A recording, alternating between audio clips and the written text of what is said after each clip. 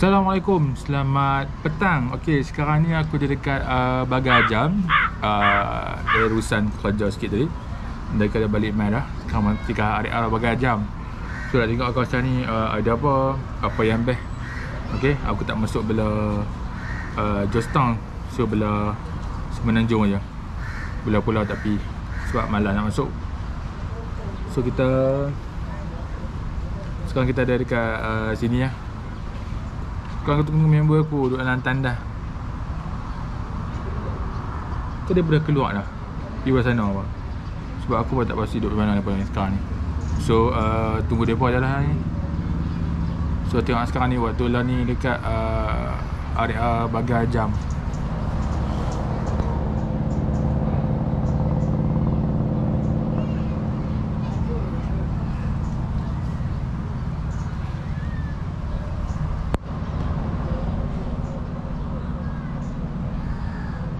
Kat sini ada yang camping. Camping, mandi pun ada apa. Aku rasa mandi pun ada. Mana boleh buat macam ni, camping, mandi dalam ni. Mandi dalam apa? Belajar ni, boleh mandi belajar ni. Shower tadi aku tengok shower. Ada shower, toilet, lepas tu sinki. Bagus ada buat untuk camping kan. Tapi tak tahu nak sewa kat siapa ataupun boleh main pacok tu je kat sini. Duk. Ada? Boleh? Boleh. Oh, syok orang pakai tak pakai kilos tadi. Masuk-masuk pun boleh sama. Tak apa. Ada roti. Flavor bang? Flavor macam ni bang tengok ni. Apa vanilla dengan dia macam tu. Lain kat bawah lagi. Oh, sebelah ni ada coklat. Ada tapi dia tak saya ambil. Kalau boleh ambil lah. Ya. Nak roti kau? Abang pun nak roti juga. Dah debu. Gila debu. Debu sana.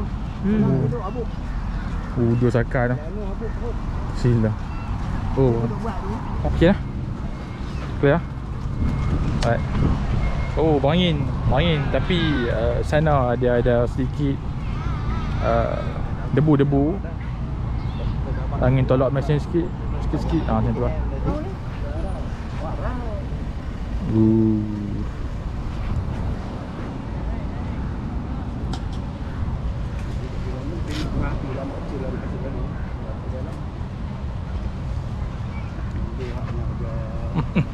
Tak.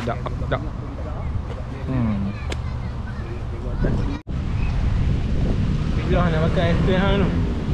Dia naik sebab malam tu.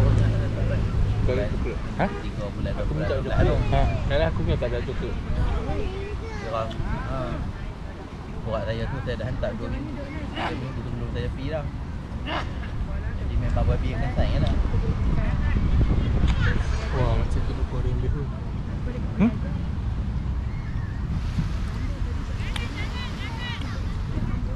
Apa nak?